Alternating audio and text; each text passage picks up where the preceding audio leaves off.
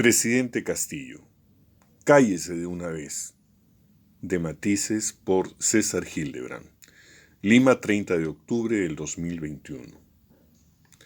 Amo a los burros. Platero fue el primero, pero ese fue un amor de lectoría. Cuando los vi de cuerpo presente, supe que eran de buena fe, de alma especial, de dulces compromisos. Siempre los han difamado comparándolos con los hombres brutos, con los desatinados vitalicios, con los que ejercen el vicio del error gozoso. Pero eso no es verdad. Denle a un burro una responsabilidad y ya verán cómo la cumple. Denle a un hombre bruto un encargo delicado y ya verán qué destrozos produce, qué puentes dinamita, cuántas posibilidades basurea. Hablando de otra cosa, tenemos a un presidente que no brilla por sus capacidades intelectuales, porque una cosa es venir de abajo, reclamar los derechos postergados, representar a los desdichados o plantear que a los abismos sociales hay que hacerlos llanos con toneladas de justicia.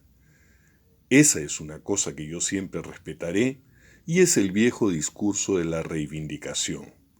Pero otra cosa es creer que el cargo otorga impunidad y que se puede maltratar a los aliados contradiciéndolos, saboteando sus mensajes de moderación, sembrando dudas sobre los verdaderos objetivos del gobierno. La semana pasada hice una columna dedicada a defender la idea de que cambiar la constitución fujimorista no sería un crimen. Claro, esa no puede ser la imposición serronista de un partido que llegó al poder por 44.000 votos de ventaja, sino el fruto de un consenso logrado en el Congreso siguiendo las pautas vigentes. Escribí ese texto, como tantos otros, en defensa de la libertad, el debate, la circulación de las ideas. La derecha cadavérica del Perú apostó por el status quo desde 1821 y nos tiene hasta la coronilla con sus amenazas de que la sola insinuación de un cambio en ciertas reglas de juego puede traernos a la ruina. He defendido la legitimidad de este gobierno y he criticado con aspereza sus continuos errores. Pero una cosa es equivocarse y otra es jugar sucio. Y juega sucio el presidente Castillo cuando revienta el esfuerzo centrista de su primera ministra y los malabares dialécticos de su ministro de Economía, que hace ahora de intérprete y piadoso traductor.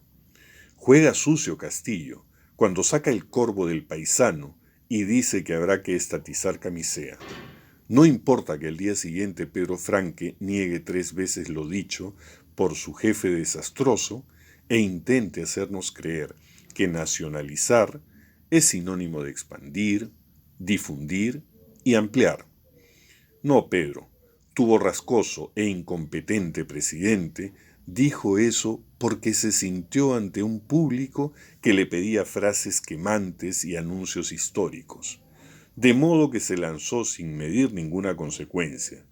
Sabemos, Pedro, que tu jefe ignora conceptos básicos de la economía, pero lo que no puede disculpársele es que intente dinamitar la precaria confianza obtenida por tu prédica y por la actitud de Mirta Vázquez Chuquilín. Las carencias intelectuales del presidente Castillo no debieran eximirlo de un comportamiento ético respecto de su propio gabinete. ¿Sabe Castillo que la derecha celebra con champán cada vez que él dice cosas como las de Camisea? ¿Sabe Castillo que el plan vacancia se hace cada vez más verosímil a la luz de sus autodisparos? Comprende Castillo que con 44.000 votos de ventaja es imposible imponer un modelo económico socialista y que ese proyecto cubanófilo solo puede caber en la cabeza de un fanático próximo a la incineración como Cerrón?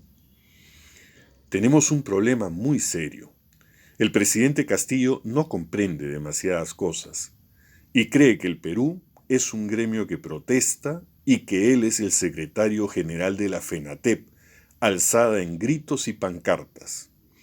Castillo se apoca a sí mismo. reduce sus horizontes y no se siente el presidente de un país complicado en el que la derecha ha abusado siempre. Ese país, coto de caza de quienes jamás pensaron construir una nación, sino entrar a saco a sus minas y bosques. Necesita un líder y no a un revoltoso que se excita ante ciertas muchedumbres. Necesita un hombre que comprenda el contexto y no uno que disfrute en la ofuscación. Presidente Castillo, el proyecto de Perú Libre no es aplicable. Tírelo a la basura de una vez por todas. Usted no habría sido elegido si su rival hubiese sido otra persona. Usted está en Palacio porque el antifujimorismo, el sistema inmunitario de este país, así lo quiso. Por más rojo que se sienta, usted le debe la presidencia a los glóbulos blancos que impidieron por tercera vez que la heredera de la corrupción pisara el palacio que ensució su padre. Si alguien como Cerrón le hizo creer otra cosa, consulte con su esposa, que parece más lista que usted. No consulte con la gente cercana al Movadef que pretende enjaularlo. No le pida auxilio intelectual a quienes lo ven como un instrumento dócil. No se asesore por quienes creen que en Venezuela hay una democracia acosada y que en Cuba hay socialismo y verdadera democracia. No crea en los mensajes del Foro de Sao Paulo, que es la versión vintage de lo que aquí decía aquel viejo partido comunista que apoyó a Manuel Prado y se hizo socio del gobierno de Velasco. En resumen, ya no estamos para ensayos. El gobierno va a cumplir 100 días y el tiempo del aprendizaje y la benevolencia han expirado.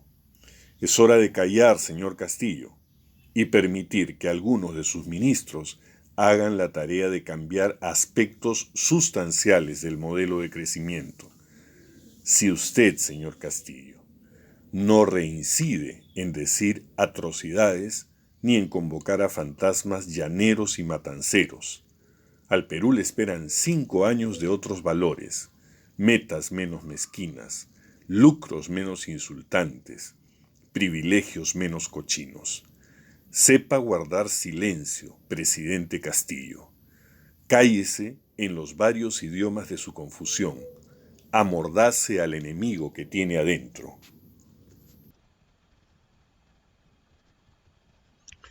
Tal vez sirva esta editorial del semanario de Hildebrand en sus 13 para poner una vez más los pies en la tierra y ser conscientes de la realidad con todos sus matices.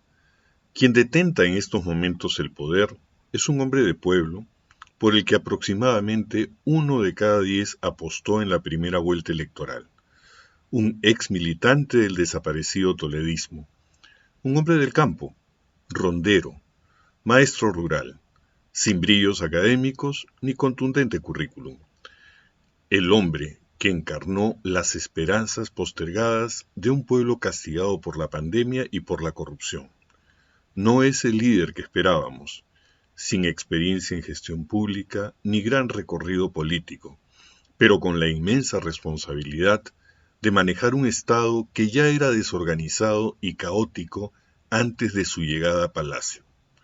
Adicionalmente y externo a la realidad de Pedro Castillo, es un representante improvisado de un partido político regional, en un país donde los partidos políticos son pequeñas colleras donde se reúnen muchas veces mezquinos intereses particulares, terminan siendo franquicias carentes de ideología y propósitos nacionales, o francamente son empresas con un dueño o caudillo. Queda claro entonces que Pedro Castillo no es el líder que emerge de una estructura o partido político que lo encumbró a la condición de candidato presidencial por sus virtudes, fortalezas o por su experiencia. ¿A quién queremos engañar? Siendo esta una realidad sustentada en hechos verificables, es simple deducir que ante una personalidad presidencial no caudillista o por lo menos no dominante, adquieren mayor importancia los entornos.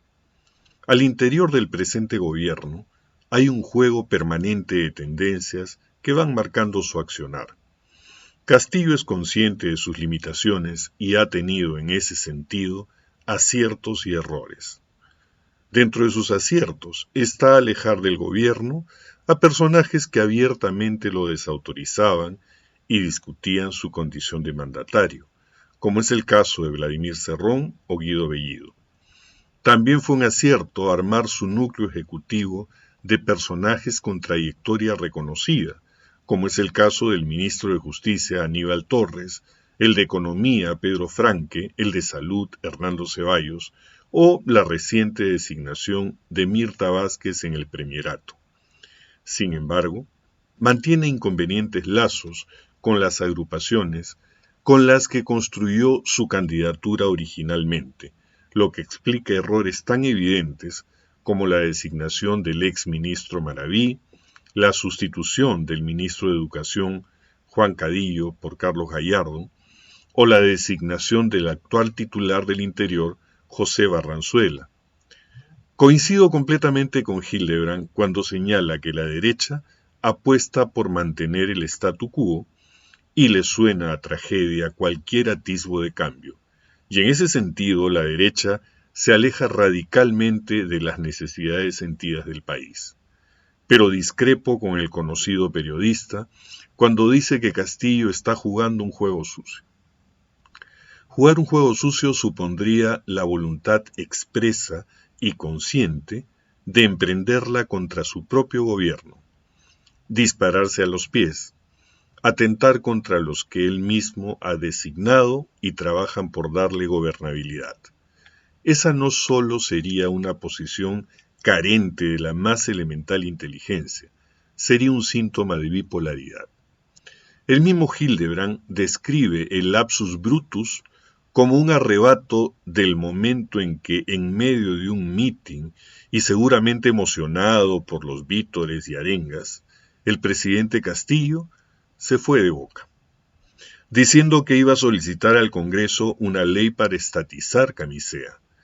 Conocido ya por un tartamudeo recurrente, Castillo añadió de inmediato la palabra nacionalizar, en un intento fallido de corrección. Pero ya era tarde. Había lanzado carne a los leones del circo romano. De inmediato surgieron decenas de reacciones de opinólogos, entendidos, pseudoentendidos y periodistas concentrados, que agrandando los ojos y con esa expresión facial que me recuerda a la cara de don Ramón cuando pellizcaba a Kiko, remarcaban cómo habían aflorado las intenciones ocultas de ese supuesto líder que en teoría nos iba a sumir en la más cruenta y totalitaria dictadura comunista. Y afirmaban extasiados de placer, ahí está pues, pero si nosotros lo dijimos, salió el comunista que tantas veces habíamos anunciado. O ya habíamos dicho que el profe era un títere de Cerrón, para los que lo quieren menos aún. Al parecer el presidente Castillo aún está atontado con el poder. Nunca imaginó que la presidencia de la República implicara tanto poder que una sola palabra pudiera desestabilizar el tipo de cambio, como tampoco imaginó la desmesurada ambición de los que alguna vez se llamaron sus aliados y que ahora quieren boicotear su precario gobierno. Este gobierno tiene tres enemigos fundamentales: la derecha, cuyo cuartel general queda en el Congreso de la República; los antiguos aliados de Pedro Castillo, algunos de los cuales todavía se mantienen en sus cercanías; y eventualmente el propio Castillo, que con ocasionales dislates e indecisiones empequeñece su figura de autoridad. Me parece necesaria la precisión de que el proyecto de Perú Libre que Hildebrand dice debe ser tirado a la basura es el llamado y diario Programa de Perú Libre, que tuvo vigencia formal durante la primera vuelta y que fue sustituido por el Plan Bicentenario sin Corrupción, que sirvió de base para el discurso del 28 de julio, donde el presidente anunció las líneas principales de su gobierno. Pienso que el periodista lo recuerda, pensando que Castillo está anclado aún en alguna medida con el obsoleto ideario. Y tal vez sea así. lo que hace válido el llamado de atención.